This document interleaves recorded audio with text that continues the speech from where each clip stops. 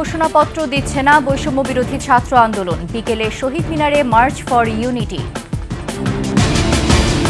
31st নাইটে ঝুঁকিপূর্ণ উদযাপন নয় বলছেন বিশেষজ্ঞরা। আইন প্রয়োগে কঠোর হওয়ার তাগিদ।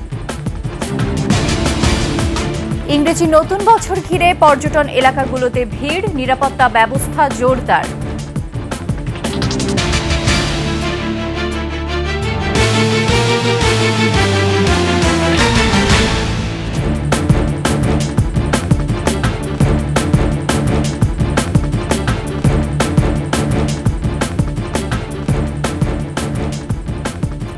শুনছিলেন সংবাদ শিরোনাম। আমন্ত্রণ 21 সংবাদে, সাথে আছি আমি ফারজানা নির্জনা। দর্শক, 21 টেলিভিশনের সংবাদ একসাথে সরাসরি দেখতে পাবেন আমাদের ফেসবুক পেজ www.facebook.com/2124 অনলাইনে। এছাড়া সাবস্ক্রাইব করতে পারেন www.youtube.com/@21etv চ্যানেলে। জুলাই গণঅভ্যুত্থানের ঘোষণাপত্র দিচ্ছে না বৈষম্য বিরোধী ছাত্র আন্দোলন। পূর্ব ঘোষিত কর্মসূচির পরিবর্তে আজ মার্চ ফর ইউনিটি কর্মসূচি পালন করা হবে বলে জানিয়েছেন তারা। এদিকে শীর্ষ সমন্বয়কদের মধ্যে কোনো বিভেদ নেই বলেও মন্তব্য করেছেন বৈষম্য বিরোধী ছাত্র আন্দোলনের নেতারা। বিস্তারিত জানাচ্ছেন সিরাত আল মুস্তাকিবের রিপোর্টে। বছরের শেষ দিনে জুলাই গণঅভ্যুত্থানের ঘোষণাপত্র দেয়ার কর্মসূচির আগের দিন শুরু হয় নাটকীয়তা, যার সূচনা হয় প্রধান উপদেষ্টার প্রেস সচিবের বক্তব্যের পর। জুলাই গণ অভ্যুত্থানের একটি ঘোষণাপত্র তৈরির উদ্যোগ গ্রহণ করা হয়েছে। মূলত এরপর বাংলা মোটরে নিজেদের কার্যালয়ে জরুরি বৈঠকে বসেন বৈষম্য বিরোধী ছাত্র আন্দোলনের নেতারা। উপস্থিত ছিলেন জাতীয় নাগরিক কমিটির শীর্ষ নেতারা। প্রায় 3.5 ঘণ্টা বৈঠকের পর গণমাধ্যমের সামনে আসেন মুখ্য সংগঠক আব্দুল হান্নান মাসুদ। জানান, গণ অভ্যুত্থানের ঘোষণাপত্র দিচ্ছে না বৈষম্য বিরোধী ছাত্র আন্দোলন। কর্মসূচি বানচালে দেশি বিদেশি ষড়যন্ত্রের অভিযোগ তুলে ঘোষণাপত্রের পক্ষে ছাত্র জনতাকে মাঠে থাকার আহ্বান জানান তিনি। আমরা ঢাকা শহরে 5ই আগস্টের মতো একটা গণজোয়ার দেখতে পাবো। এখান থেকে আমরা অন্তর্বর্তীকালীন সরকার যে প্রক্লেমেশনের পক্ষে যে অবস্থান নিয়েছে সেই অবস্থানকে সমর্থন জানাবো। আমরা দেশের মানুষ সমর্থন জানাবে, যাতে ভবিষ্যতে আর কেউ ষড়যন্ত্র করে এই প্রক্লেমেশনের পথ রুদ্ধ করে দিতে না পারে। প্রায় আধা ঘণ্টা পর গণমাধ্যমে পুরো বিষয়টি খোলাসা করেন বৈষম্য বিরোধী ছাত্র আন্দোলনের নেতারা। তারা বলেন, জাতীয় স্বার্থে অন্তর্বর্তী সরকারের পক্ষ থেকে দেওয়া হবে গণ অভ্যুত্থানের ঘোষণাপত্র। রাষ্ট্রের পক্ষ থেকে এই যে ঘোষণাপত্রটি, আমাদের এই জুলাই অভ্যুত্থানের এই ঘোষণাপত্রটি আসা উচিত এবং এটি একটি লিখিত ডকুমেন্ট হিসেবে রাষ্ট্রের পক্ষ থেকে যাওয়া উচিত। অন্তর্বর্তীকালীন সরকার যখন এই দায়িত্বটি নিয়ে নেয়, আমরা আমাদের জায়গা থেকে এই বিষয়টিকে সাধুবাদ জানাই। আজ 31শে ডিসেম্বর রোজ মঙ্গলবার বিকাল 3 ঘটিকায় কেন্দ্রীয় শহীদ মিনারে মার্চ ফর ইউনিটি কর্মসূচি ঘোষণা করা হলো। বাংলাদেশের আপামর জনসাধারণের প্রতি আমাদের উদাত্ত আহ্বান, আপনারা যে উদ্দীপনায় সংগঠিত হয়েছেন তারই ধারাবাহিকতা বজায় রেখে আগামীকালের কর্মসূচিতে স্বতঃস্ফূর্তভাবে অংশগ্রহণ করবেন। সাংবাদিকদের প্রশ্নের জবাবে বৈষম্য বিরোধী ছাত্র আন্দোলনের নেতাদের মাঝে কোনো বিভেদ সৃষ্টি হয়নি বলেও জানান নেতারা। আমাদের এখানে প্রত্যেকটা বিষয়ের পক্ষে বিপক্ষে যুক্তি দেওয়া হয়, মতামত দেওয়া হয়, ডিসকাশন হয়। সিরাত আল মুস্তাকিম, 21 টেলিভিশন, ঢাকা।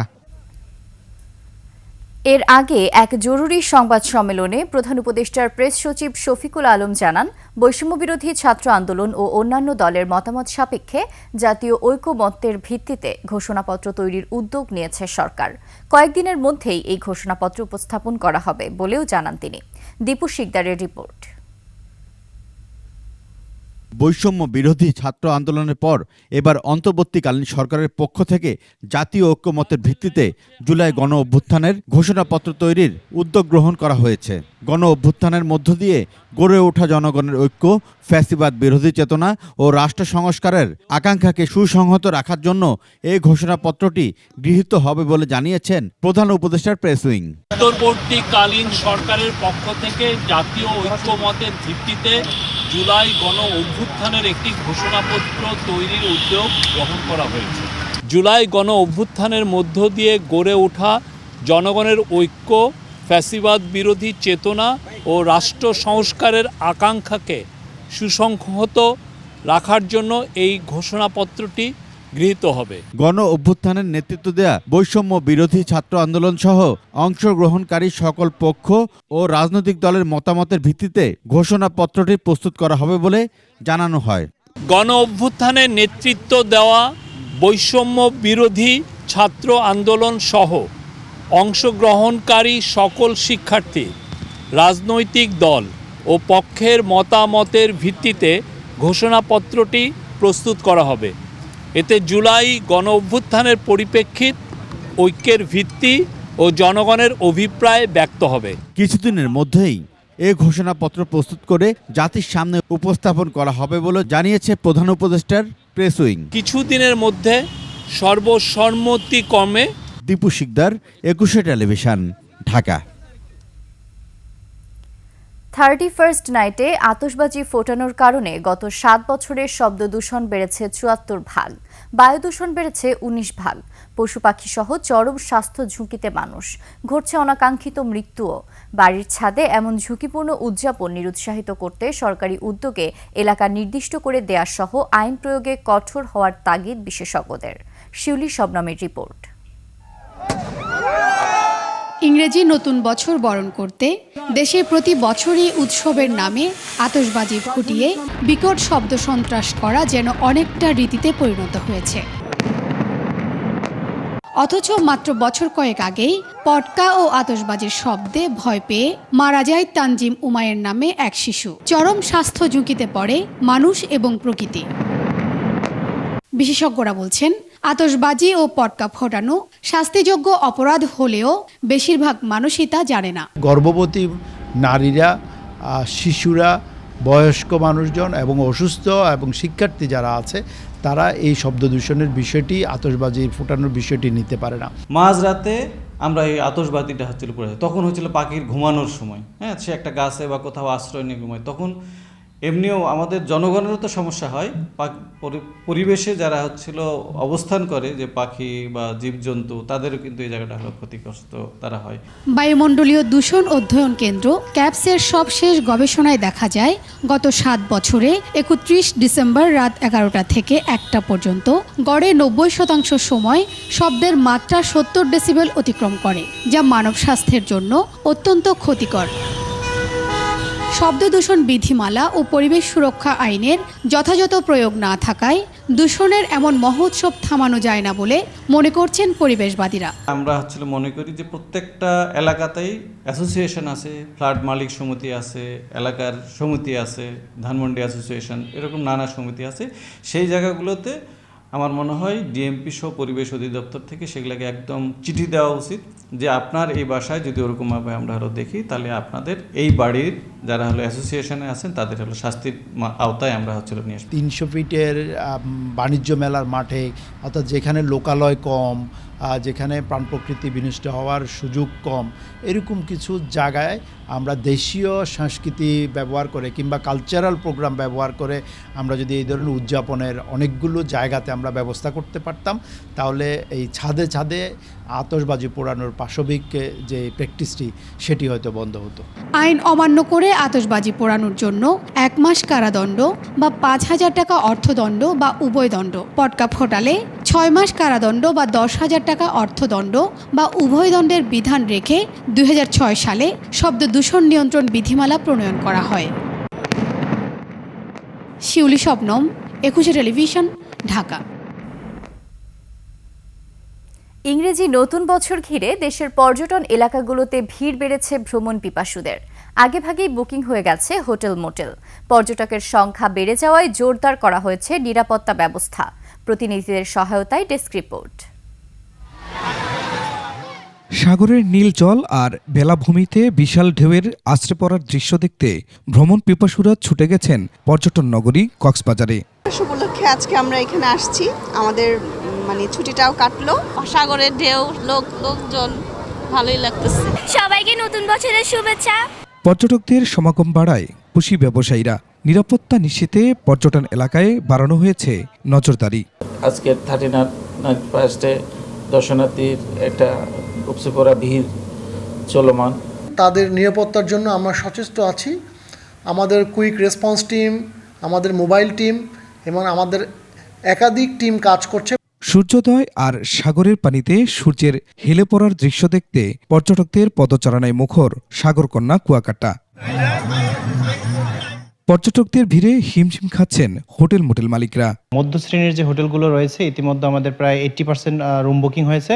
দিগন্ত ছোঁয়া সুনীল আকাশ, সবুজে ঘেরা উঁচু নিচু পাহাড় আর ঝর্ণার স্বচ্ছ জলের টানে ভ্রমণ পিপাসুদের পদচারণায় মুখর পাহাড়ের রানী রাঙামাটি। আশা রাখি এই জানুয়ারি ফেব্রুয়ারি মাসগুলোতে আমাদের রেকর্ড পরিমাণ রাঙামাটিতে টুরিস্ট আগমন করবে। প্রাকৃতিক সৌন্দর্যের লীলাভূমি বান্দরবানে বেড়েছে পর্যটন সমাগম। হোটেল মোটেলগুলোতে উপচে পড়া ভিড়। ভালো লাগতেছে, পরিবেশটা খুবই ভালো, মনোরম পরিবেশ। আগের চেয়ে অনেক উন্নত হয়েছে, আরো ভালো লাগছে, পরিবেশটা এখন অন্যরকম। আলুটিলা পার্ক, রহস্যময় সুড়ঙ্গ, রিছাং ঝর্ণা আর মায়াবিনী লেকের টানে খাগড়াছড়িতেও ছুটে এসেছেন ভ্রমণ পিপাসুরা। তবে বেশি পর্যটক সাজেকে। খুরশিদ আলম মুকুল, ডেস্ক রিপোর্ট, 21 টেলিভিশন। নিচ্ছি সংবাদ বিরতি। যখন ফিরছি তখন অন্যান্য সংবাদের সাথে আরও যা থাকবে। বগুড়ায় ফুলকপির কেজি 2 টাকা, 4 গুণ কমেছে প্রায় সব ধরনের সবজির দাম, বিপাকে কৃষক।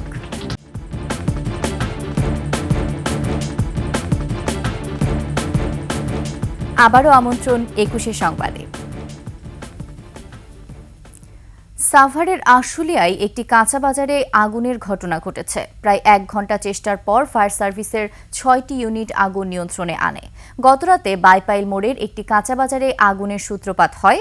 পরে ডিইপিজেড ফায়ার সার্ভিসের 3টি ও জিরাবো মডার্ন ফায়ার সার্ভিসের 3টি ইউনিট আগুন নিয়ন্ত্রণে আনে। আগুনে পুড়ে গেছে 6টি ব্যবসা প্রতিষ্ঠান। তবে প্রাথমিকভাবে আগুন লাগার কারণ ও ক্ষয়ক্ষতির পরিমাণ জানাতে পারেনি ফায়ার সার্ভিস। হোটেলের চুলা কিংবা বিড়ির আগুন থেকে ঘটনার সূত্রপাত হতে পারে বলে ধারণা করা হচ্ছে।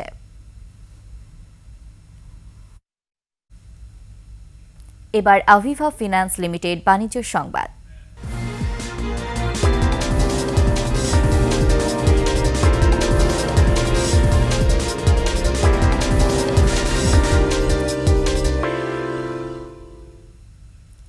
বগুড়ার পাইকারি বাজারে ফুলকপি বিক্রি হচ্ছে 2 টাকা কেজি।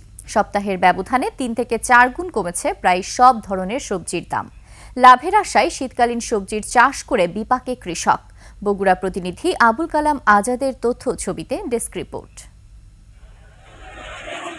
দেশের অন্যতম বড় সবজির মোকাম বগুড়ার মহাস্থান হাট।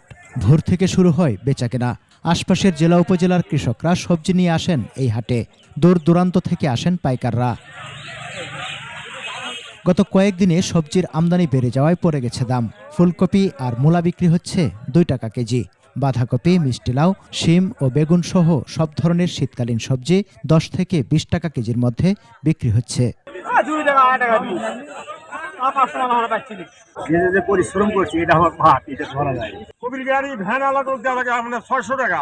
একটা কবি খরচ করছে 5 টাকা, সে খরচ দেওয়া লাগছে এখন 1 টাকা, তাহলে কৃষক বাঁচবি। পাইকাররা বলছেন দাম কমে যাওয়ায় ব্যবসায়ও ধস নেমেছে। বর্তমানে 3 টাকা 4 টাকা। আমরা চিটাং ঢাকা 3 টাকা 8 টাকা 10 টাকা। মানে আমদানি চাপ হতে 3 টাকা কেজি লেগে গেছে ফুলকপি। কিন্তু আর লোক নাই, কিছু হচ্ছে না। সব জায়গায় কবি আমদানি হয়, কাঁচামাল আমদানি হয়, সেজন্য দাম কম। কৃষি বিভাগ বলছে চলতি মৌসুমে ফুলকপি সহ সবজির চাষ বেশি হওয়ায় দাম পড়ে গেছে। শীতের সবজির প্রাচুর্যতার কারণে অন্যান্য সবজিগুলোর একটু দাম পড়ে যায়। বাজারে যে পরিমাণ মূল্য, কৃষক সেই পরিমাণ মূল্য পায় না। আমরা এই বিষয়টা নিয়ে আমরা কাজ করছি, যাতে মধ্যস্বত্ব ভোগীরা এই মুনাফাটা পাচ্ছে, এই মুনাফাটা যাতে না পান। সরকার এই বিষয়ে তৎপর আছে। প্রতিদিন 60 থেকে 70 ট্রাক সবজি দেশের বিভিন্ন জেলায় যায় এই মহাস্থান হাট থেকে। Samar Islam, desk report, 21 television. English premier লিগে আবারও হারল ম্যানচেস্টার ইউনাইটেড। নিউক্যাসলের কাছে 2-0 গোলে হেরেছে রেড ডেভিলরা। ইপসুইচ সিটির মাঠে পয়েন্ট হারিয়েছে চেলসিও। টানা 3 ম্যাচে হারা ম্যানচেস্টার ইউনাইটেডের লক্ষ্য ছিল ঘরের মাঠে ছন্দে ফেরা। তবে সেই লক্ষ্য পূরণ হয়নি তাদের। শুরু থেকেই সমান তালের লড়াই করে নিউক্যাসল। 4 মিনিটে নিউক্যাসলকে এগিয়ে দেন ইসাক। 17 মিনিটে আরও এগিয়ে যায় তারা। বাকি সময়ে গোল শোধে মরিয়া হলেও ব্যর্থ হয় ম্যান ইউ। এদিকে টানা 2 ম্যাচে হেরেছে চেলসি। ইপসুইচের মাঠে 76% বল দখলে রাখলেও সফলতা পায়নি, বরং 2টি গোল হজম করেছে Chelsea. And now it's Davis rolling it towards Delap. Delap gets a poke with it and goes down. Jorgensen. আর এরই সাথে শেষ করছি 21 সংবাদ। যাবার আগে সংবাদ শিরোনামগুলো আরও একবার। জুলাই ঘোষণাপত্র দিচ্ছে না বৈষম্য বিরোধী ছাত্র আন্দোলন, বিকেলে শহীদ মিনারে মার্চ ফর ইউনিটি।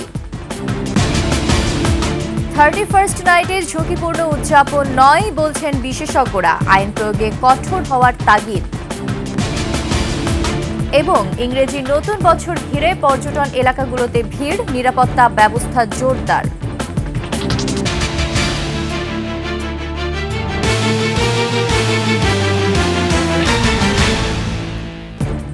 সর্বশেষ সংবাদ জানতে ডায়াল করুন 2021 নাম্বারে আর ভিজিট করুন 21-tv.com ওয়েবসাইটে।